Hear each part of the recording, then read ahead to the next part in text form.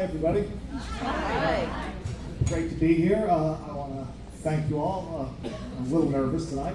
It's the biggest crowd I've ever been in front of, so well, I'm going to have some fun. I want to thank Carrabba's tonight. That Carrabba's food was good. Carrabba's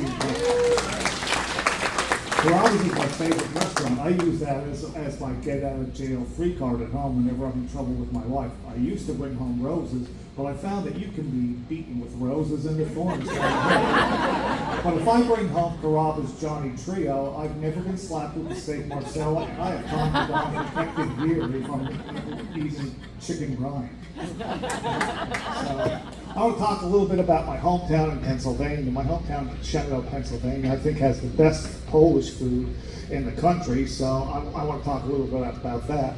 Every year they have a food festival to honor the food in the country. My wife and I go up there every year, and they have two nationally recognized kielbasa shops. I mean, they are the best. Well, I think it's the best kielbasa in the country. And you can go there, and the owners are literally the kings of kielbasa in our hometown. You can go to their YouTube channel, The Kings of Kielbasa, and you can see various recipes for sausage and how to make kielbasa. Don't make the mistake that I did and go to the Kings of Kielbasa OnlyFans channel, which is something completely different. You probably don't want to go there at all. Maybe you do, but I don't. Okay. And next up we have Mrs. T's Pierogies. If anybody likes pierogies, my hometown, Mrs. T's Pierogies was created by my friend's grandmother. It's a great little company. The motto of the company is food, family, and fun, and they're best served with butter and onions. Don't confuse those if you go to the frozen food section. Please don't confuse those with Mr. T's Pierogies, created by the 1980s action star of Rocky movies and the A-Team, which motto should be, I pity the fool that eats these pierogies, and they're best served with antibiotics and laxatives.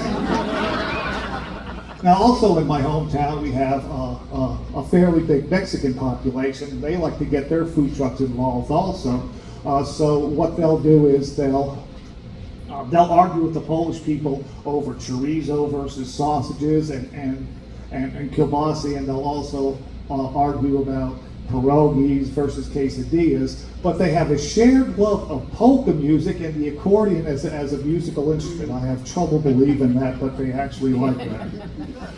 And luckily, my hometown, Shenandoah, Pennsylvania, has the Shenandoah All-Star Polka Band. It's the second youngest touring polka band in the country, with an average age of 91 years old. Let's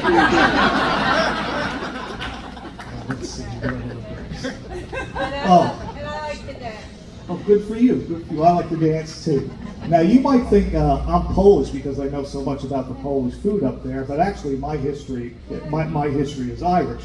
I don't talk about Irish food because Irish food sucks. That's probably why I can't say that. I mean, no one here has ever eaten any Irish food sober, right? Am I correct? You might do it on St. Patrick's Day, but you will never try it sober. Get lost a little scared.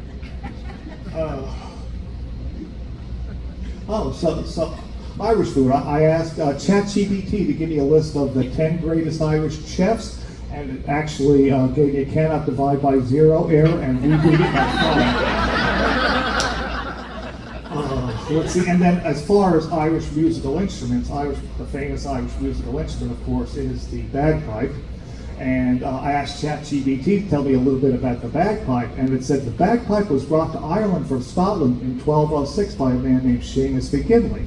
And the day he brought it back, he sat down in his town square and started to play the entire songbook from the current hit play Beowulf the Musical. And while he was doing that, the townspeople gathered around him while he was doing that, playing this new instrument, and they stoned him to death, because you've all heard what a bagpipe sounds like. Okay, and then I want to go back to the food festival. So I spent the day at the food festival eating, all kinds of pierogies and quesadillas, and I woke up the next day and I found that the pierogies and quesadillas had decided to build a border wall between my stomach and colon, and decided not to let anything out, because unlike Carrabba's food, there is no fiber in this Polish food that I was eating. So So what happened is I had things to do, and I decided to look through my medication to see if I had any Tums or anything like that. Did not have any Tums, but I did have something that would work for muscle cramps. So I decided to take that. So take the muscle cramp medicine, and I hopped in my rental car and went off to see a friend. 20 minutes into that drive, I found out two things. It takes 20 minutes for my cramp medication to work, which is a muscle relaxer. And number two, I found out the stomach is a muscle, but also, let me see this right here. I love this one. A sphincter is a ring-shaped muscle that controls the opening and closing of a body passage or orifice. It acts like a valve regulating the flow of substances through a ductal tube.